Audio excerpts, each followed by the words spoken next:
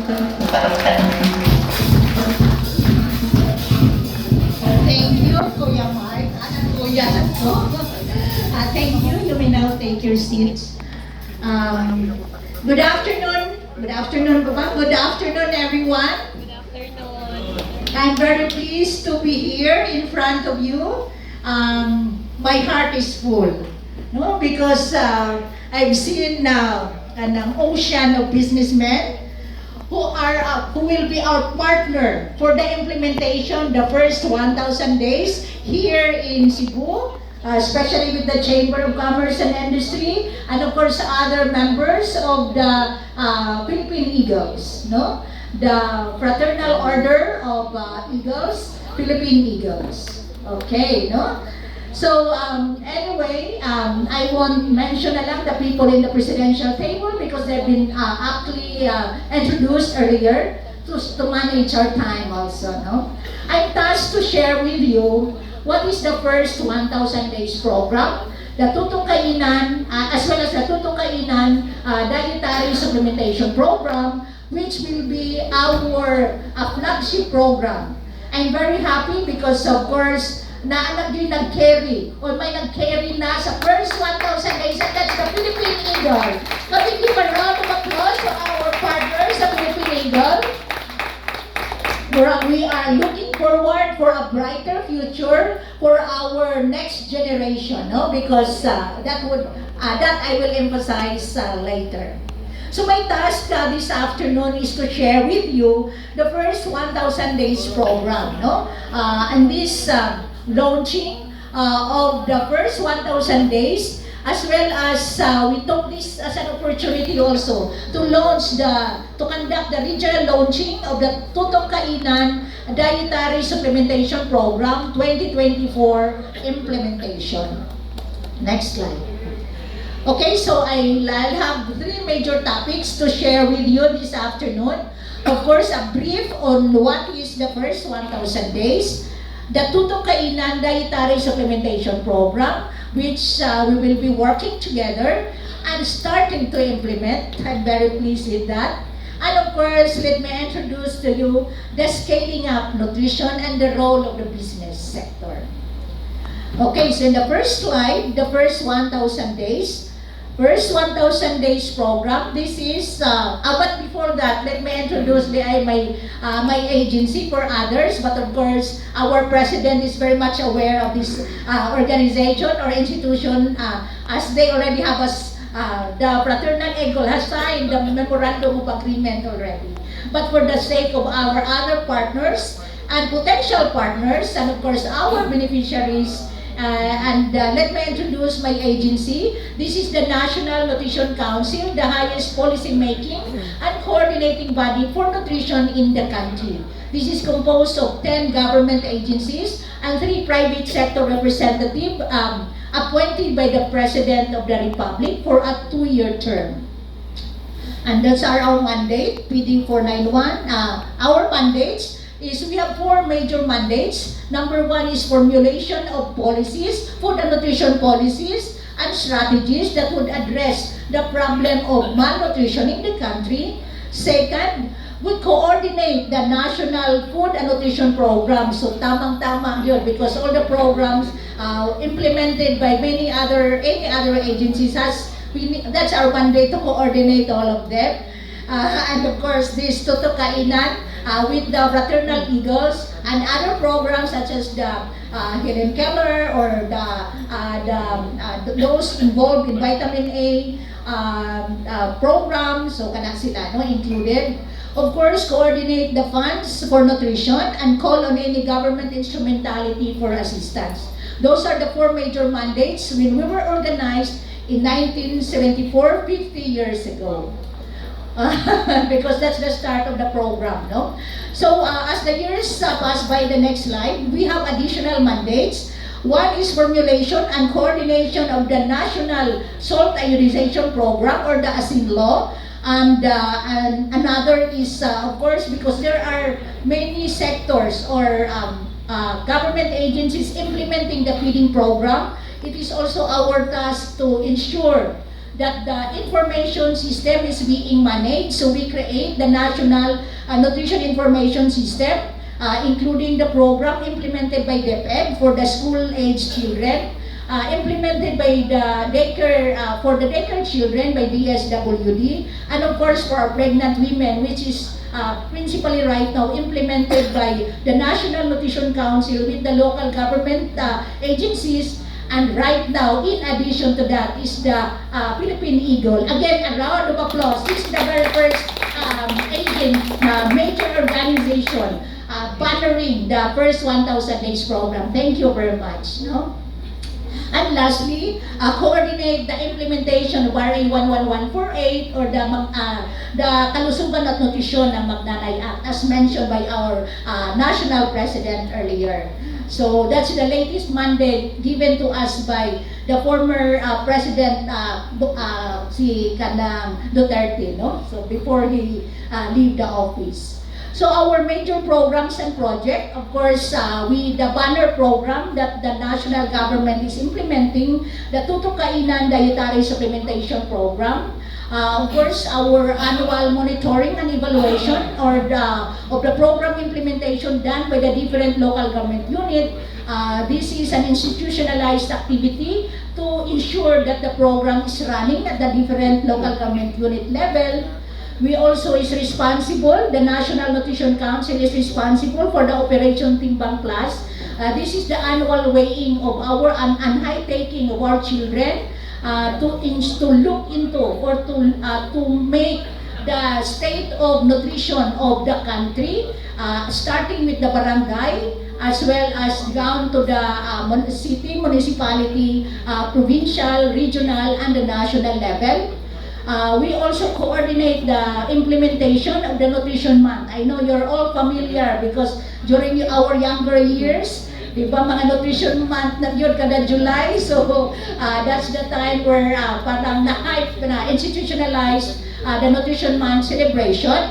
Capacity mapping of our nutrition workers, for personnel at the local level, and the conduct of social behavior change communication, because challenging kaayo know how to have a healthy diet given the proliferation of the internet, which sometimes propagate false information or false news. So first 1,000 days, as mentioned by our beautiful ladies, mga Miss Philippines, Eagle, this is from the period of conception when the child is still in the womb up to the first 2 years of life. So that's for the first, as a pregnancy period, that's 9 months nagbuntis si mother. So that's 9 times 30, so that's 270 days. The first year, that's 365 days. The second year, 365 days. Or if you'll total that, that's 1,000 days. That is the root, that's the origin. Because you total to 70, 365, a total of 1,000 days. Next slide. So why it's necessary or why it's important? Because of course, this is considered the golden window of opportunity for the child to achieve his full potential in the different aspect of development. No, otherwise we won't intervene in the first 1,000 days of a child's life. It's too late the hero. Hindi na natin mahabol yung stunting that mentioned by our national president earlier. Because stunting, guys, if you all know, it has a negative impact of brain development. Let me encourage you to look at the slide. This is the brain scan in the left side of the screen. Comparison between the brain of a healthy child as well as the brain of a stunted child. You'll note in here, especially in this area, hollow. Diba? It's hollow because 40% of the brain mass is absent in a stunted child. So you can just imagine, hollow ang brain ng child. And the affected area is the temporal lobe, which is responsible for perception, memory, and language.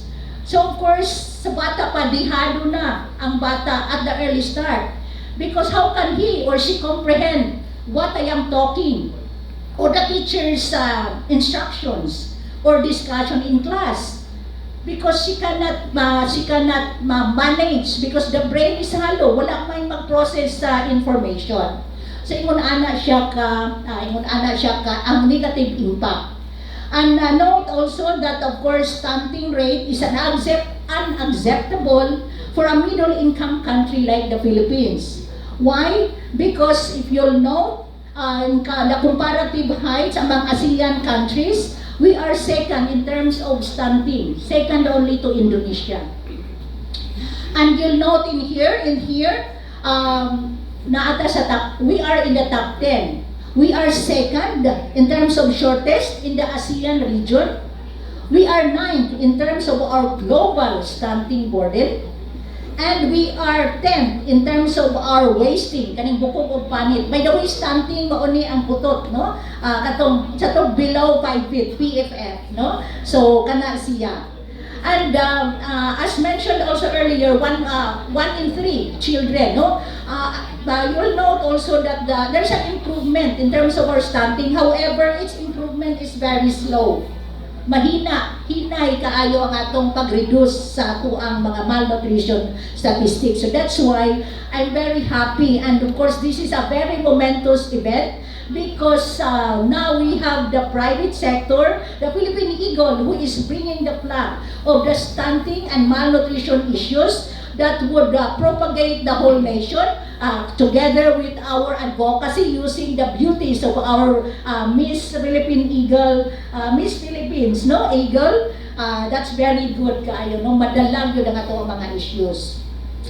So those are the effect in terms of brain development and the impact in terms of our height, no, compared to the other countries. However, its negative impact to the economy. Our Copenhagen study shows that the cause of malnutrition to the economy, no? The economic loss, according to that study, the economic loss of malnutrition is equivalent to 4.5 billion per year ang kaniyang future economic loss. And this is a budget of the DSWD, including 4Ps in the last 2 years. So ganun kagrabe, no, ang mahimong ang loss niya because of malnutrition. Next slide. The ROI. I know you're all businessmen, so that's why I really put in this data because the return of investment, every dollar invested, again the same study sa Copenhagen, every dollar investment of on nutrition, especially in the first 1,000 days, would yield $17 in return. Ganun kalaki ang kanyang magiging result or magiging return of your investment. Although the computation here, 53 pa, ngayon 58 na, di ba? Or around that figure. So kamo nang bahala mag-compute kung how much sana ang ating ma-recoup if ever. So the power, I know our president is already familiar with this one. The power of the first 1,000 days, and these are the again critical intervention that has to be done in this period of the critical window of opportunity. And of course in here, sa pregnancy nga period, although I won't belabor you with this one because this is for our technical people, para sa kanila, no? But of course for our pregnant women, it's really important that you have the 4 prenatal check-up. You've taken in the 180 tablets of iron supplement and the dietary supplementation that we are launching this afternoon. Of course, breastfeeding in the first 6 months of life of the child, as well as our micronutrient supplementation for the first 6 months, for the next 6 months. So what is the impact of if the child is well nourished in the first 1,000 days? This is a UNICEF study. It is 10 times. They are 10 times more likely to prevent kaning mga most life-threatening diseases. They can compete 4.6 more grade level in school and earn as much as 21% more in wages as they grow older, and definitely they'll ensure that they have healthier families. In the next slide. Okay, so now I'm moving on to our Tuto Kainan supplementation program. Tutok kainan, if you know tutok, tutukan yun nga nakakaon ang buntis, nakakain ang buntis, ma-ensure na nakakain ang buntis. But, can we go back? Okay? Okay, sige. Okay, sige, next. So, the tutok kainan, next slide, okay? The tutok kainan, I'm putting back the 6 critical interventions as mentioned sa UNICEF nga study earlier. The one in red, these are the period where the Philippine eagle would come in, no? So in the pregnancy period, so that's why nandito yung ating mga pregnant women, because we are to provide balanced protein, energy, dietary supplementation. Next click pa. Next click, okay. And then an intervention number 5, the age-appropriate complementary feeding with continued breastfeeding. I know this is the commitment given by Philippine Eagles to my boss, Asik Dayang Hirang. However, for others, you can also invest in the other interventions if you still hope to, because again, these 6 critical interventions are crucial, especially in the other countries, experience from other countries. They're able to drastically pull down their stunting statistics, no? When they implemented these 6 critical interventions, especially the iron folic acid, because our health centers right now, kulang ang atong mga iron supplement, no? As well as ang vitamin A, MNP, other micronutrient deficiencies. Of course, prenatal check-up, breastfeeding, this can be done through our health education activities. So next slide. Okay, so going back to our Tutok Kainan Dietary Supplementation Program, this hopes, no, this is a stunting prevention program as mentioned by our dear National President, Sir Kuya Ronald earlier, no? So, contribute to the prevention of stunting among our children 0 to 23 months old by improving the quality and quantity. So, we are looking at the quantity and quality of the food intake of our program beneficiaries, no? Particularly our at-risk pregnant women. Atong mga malnourished na itong pregnant women, kaning mga nakulangan po sila og timbang, as well as our 6 to 23 months old children in Tutok Kainan dietary supplementation program areas. Next slide. Specifically, we have 4 specific objectives. Of course, looking into the situation with reference to pregnant women, provision of supplementary food for our pregnant women for 90 calendar days for our pregnant women and 180 calendar days for our 6 to 23 months old. We are looking into this because based on literature, based on studies, para we can improve the birth outcome of our pregnant women, na kumpleto ninyo mga pregnant women ang atong dietary supplementation in addition to your regular meal, no? So kani additional 90 days yun is supposed to be, while for our children 180 days, no? Medyo resource heavy siya. However, lagi per club, per child, will compute per child, then that would ease up the burden. Okay, ang mga program, ano na lang yan, monitoring and evaluation, and of course, we want to document the experiences and strategies for replication, particularly for other, like for example, we are starting here in Cebu. So we hope, and about to launch, sa to, sabi ni Kuya Mike, sa Palawan, they're calling na sa Palawan, so replicate na to what we have started here, and ma-document, because this is the initiative of a private sector. I'm also excited looking into, because all the other documentation that we have are implemented by the national government with the local government unit. Kani, first nato na, and you make history, Philippine Eagle. I'm very excited for that. Yes. So, what are the supporting laws? No? Actually, hindi tayo nagkulang in terms of laws.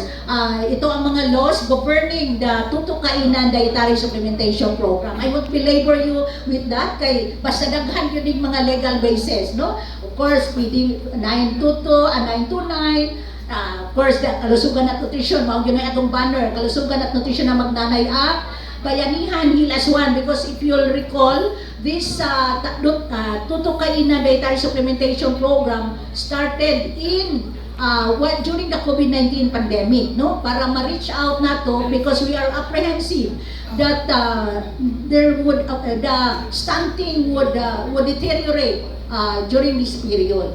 So kana siya uban and many other laws and Mimosa-Pilar. So who are the beneficiaries of our Tutukainan and the first 1,000 days program? Of course, malagi first 1,000 days of buntis na mga nanay at saka our children 6 to 23 months. So nagtotal na siya of first 1,000 days of the child's life, no? So our priority are our NAR, nutritionally at risk pregnant women. Kani sila ang na-history of low birth weight ang ilang previous delivery, or anemic sila or kulang sila og timbang in the very first place, no? But, and of course, children, our priority are those stunted and wasted children para to some extent mahabol pa nato ang brain cognitive development of the child that katong akong gi-show earlier sa brain scan nga hollow, no? 40% of the brain mass absent. Next slide. So now are the roles and responsibilities. So, of course, sa Philippine Eagle, na-istoryahan na because this is part of the MOA. But for the actual implementation, para ready lang sa it's our part, and this is part of it, to give you an orientation, and of course, we will be there to provide the technical support. Rest assured, we are just a text away. No problem kung weekend. You can reach us, no, even if it's a weekend. Facilitate the implementation of the guidelines, because we have a guidelines on this one based on the researches na, no? So how many nutrient calories nga dapat kauno ni buntis, which later we will have a food tasting kaning because the Food and Nutrition Research Institute developed food products nga nag-comply sa atong requirement, which ato pong tilawan later mga buntis para makita ninyo or ma-accustom na ninyo, no? Ingon ana, provision of food commodities and supplies, monitoring and evaluation. Next slide. The municipal, of course, we have representative here from our Carmen, who is part of our program. Thank you very much. We know short notice tayo, but nalayo pa yun ang Carmen, but you come over to join us. Thank you very much. Touch yun kaayo po, no?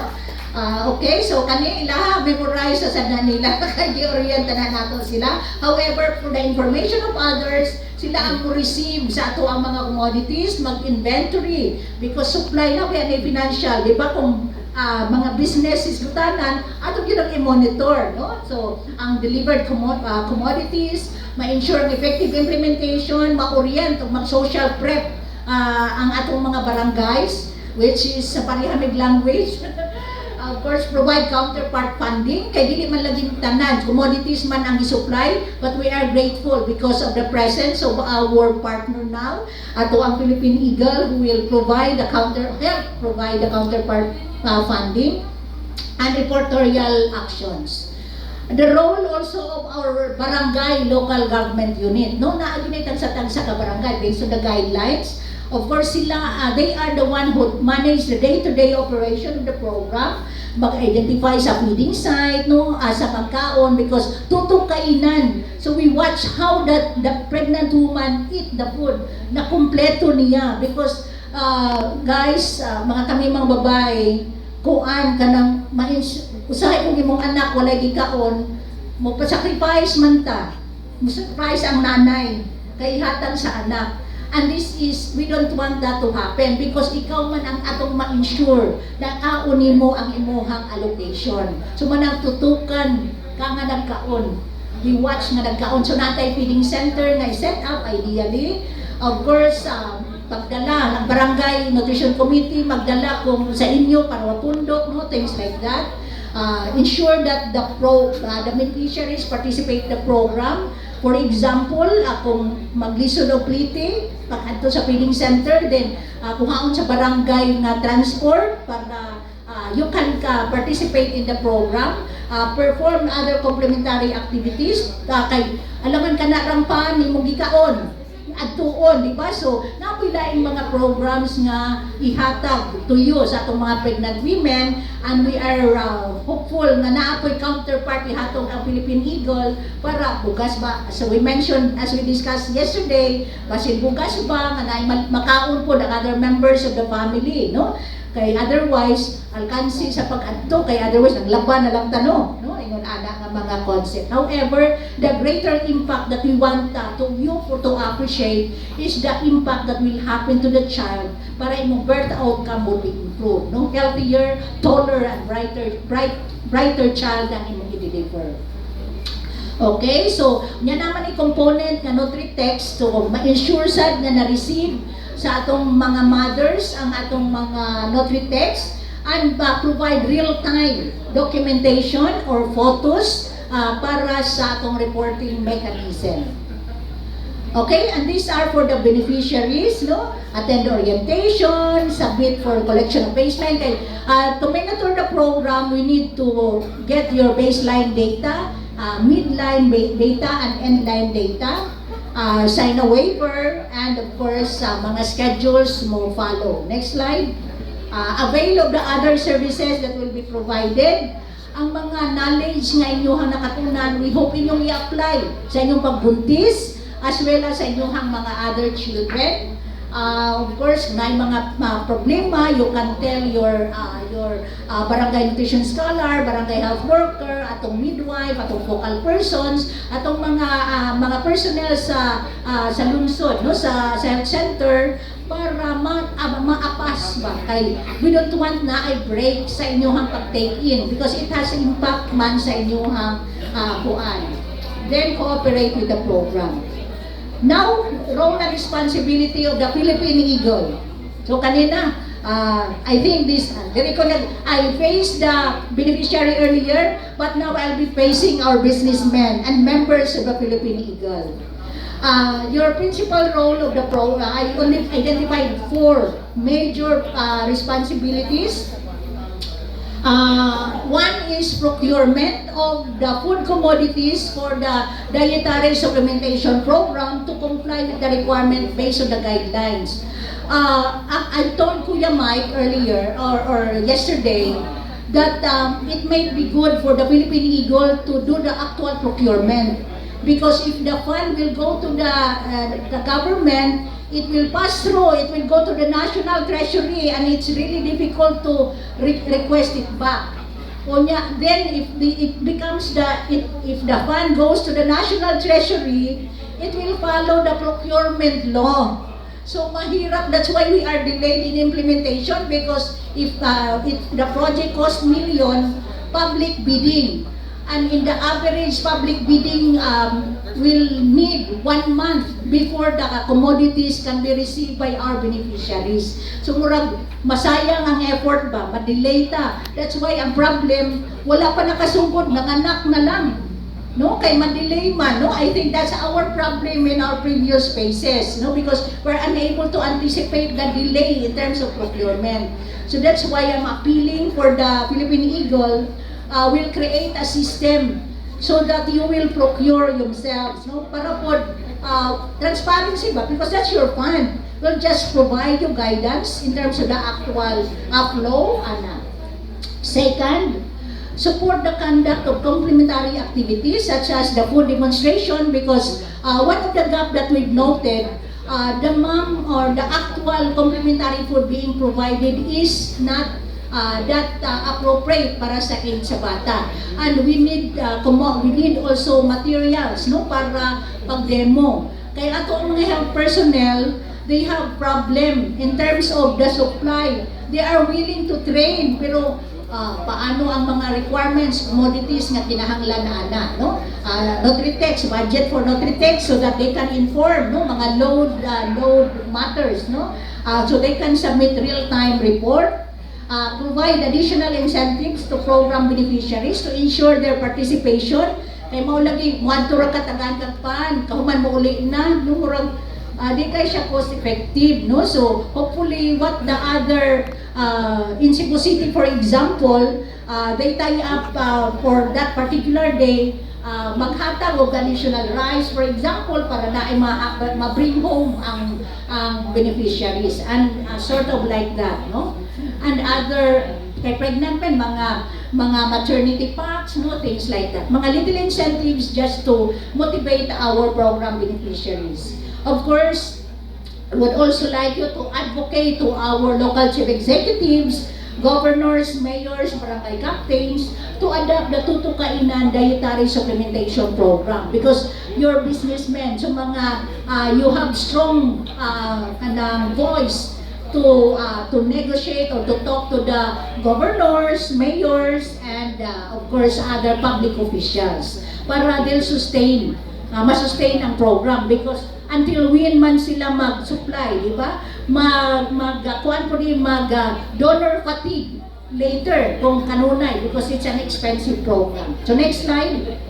Okay, so I'm now moving on to the last part of my presentation, the scaling up nutrition, no?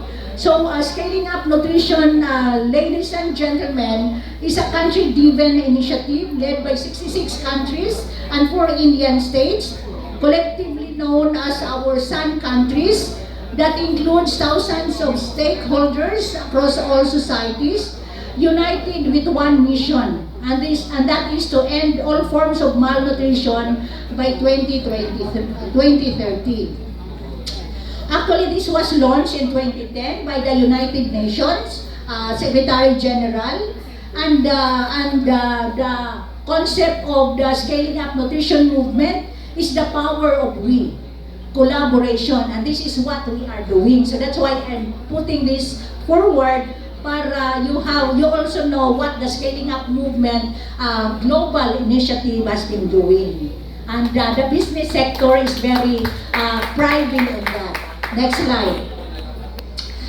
Next slide. Okay, so the motto here of our scaling up nutrition movement is to engage, inspire, and invest. Engage as many people possible to make it a movement. Government, civil society, United Nations system, donors, businesses, and of course scientists or the academe. Inspire each other to discover new ways of working collectively, and that's why I'm also banking on our documentation, the partnership documentation that Philippine Eagle can gather at the end or during this implementation of the program, so that we can inspire other clubs to follow the same route. Invest in priority actions for everyone's right to good nutrition. Next slide. Okay, so again, I mentioned earlier that the scaling up nutrition movement hopes to make a world free of malnutrition and all its form by 2030. So sa Polio Plus, sa Rotary, I know I have some co-Rotarian here. We want a polio-free Philippines. With Philippine Eagle, we want a malnutrition-free country by 2030. Is it doable? Yes. Okay. So all forms of malnutrition. Next slide. Okay, but the Philippine scaling up nutrition movement, kung ano siya, was done in 2013. I guess that's why this is the start of your connection. Because during this time, former Secretary Joelina was our champion, and attended that session, and from then on, he became our champion for the first 1,000 days. And this is now the fruit of that endeavor. Thank you very much for positively responding to that call. Can again give a round of applause to our Philippine Eagle? Okay, so next slide. Okay, so the Philippines is the 51st country who joined the movement through a National Nutrition Council Governing Board resolution signed by the different secretaries, because this is a global movement together with the other countries, 66 other countries. Next slide. Okay, so this is the Sun Networks, and of course the Sun Business Network is one of them. And I presume the first 1,000 Days Coalition is part of the Philippine Sun Business Network or SBN as of the moment. No? So this is it. We have the Civil Society Alliance, which is composed of about 4,000 civil society groups. Sun Business is about 1,400 businesses all throughout the globe. But in the Philippines, we are still less than 30, I think, so far. And UN and others, the youth and the academy. Next slide. So this is the purpose of the business network. So we hope to create a global network of business and private sector organization which harness the expertise and reach of market impact of the private sector to improve nutrition by organizing businesses, mostly our small and medium enterprise, especially those in the food industry, around nutrition in the country at the national, at the subnational level, aligning business investment to support the Sun Country Plan, or the Philippine Plan of Action for Nutrition. So kanisiya to convene the business network. So I hope you'll also signify your commitment. My angels are also roaming around for you to put in your commitment if ever you want to participate in this global network, so that all together we can push forward because we are united naman in this front already. No? So that's it. And advocacy, assessment from time to time, special technical assistance, business development systems and the like, no? Finance need and the like. So I'm now in the concluding part of my presentation. Guys, I'm reiterating that the cost of inaction, if we want to act now, this is the impact. 48 billion in productivity could be lost just to stunting in 2030. This is according to study by the Nutrition International. 1 billion in productivity losses can be avoided annually by achieving a World Health Assembly target on low birth weight, which the purpose of our reaching out our pregnant women. 360 million is spent annually on breast milk substitute. No? So kanaunta itong ma-divert. Kung ma-educate lang nato, ma-advocate nato through our different networks. I know you have the media reach. So naku kayo nagikatabang so that we can save doon na 360 million. 5,000 deaths can be attributed to suboptimal breastfeeding. 1,400 maternal deaths can be prevented through breastfeeding, and 5.2 million IQ points are lost per year because of low birth weight. Because of the atong brain scan that I mentioned, 40%. No? If we can reach that, then makompleto ang brain development sa ato children. So again, in the overall, aside from the role of the private sector, business sector, NGOs, nutrient supplementation, which of course vitamin A, iron nga i-add on nato sa supply sa government kay actually ang supply requirement in the past based on our reports about 40% lang. So according to study dapat 80% of our service targets will be reached. Advocacy and communication, which you have the power, because we all know that knowledge is power, and with your reach, we know we can reach more people to change into good behavior. Monitoring and evaluation, capacity building, nutrition education, collaboration, especially with the other businessmen. Since our initiative, the corporate social responsibility, no, ma-align for our first 1,000 days program, which you are starting, and fundraising, of course fundraising through our Miss Philippines Eagle, and many others in the future, sharing of the best practices. So that's why I'm excited na makadocument na kita sa mamahimong result of this collaboration and emergency support. So I think this might be my last slide. My call to action is translated into 4 words. PPAN. This is also the national program, the Philippine Plan of Action for Nutrition, or the PPAN. Prioritize. Let's prioritize the implementation of nutrition, food security, and related interventions within our region, because lagi we want to prevent the stunting and the 40% brain mass, and we want a brighter, healthier, and taller children in the future. Second, partner. Let's build strong partnership, which we are starting right now among government agencies, private sector entities, NGOs, civil society organization, academia, and local communities. Let's accelerate the implementation of evidence-based intervention outlined in PIPAN. And nourish, let's make the nourishment and well-being of our residents a top concern by promoting sustainable agriculture, food system, support local food production, and ensure access to diverse and nutritious foods for all communities. So with that, I thank you all for your active listening, and I hope I have imparted something and you are enlightened with the first 1,000 days program, our first 1,000 days as our Tuto Kainan Dietary Supplementation Program, as well as the Scaling Up Nutrition Movement. Daghang salamat, maayong gabi na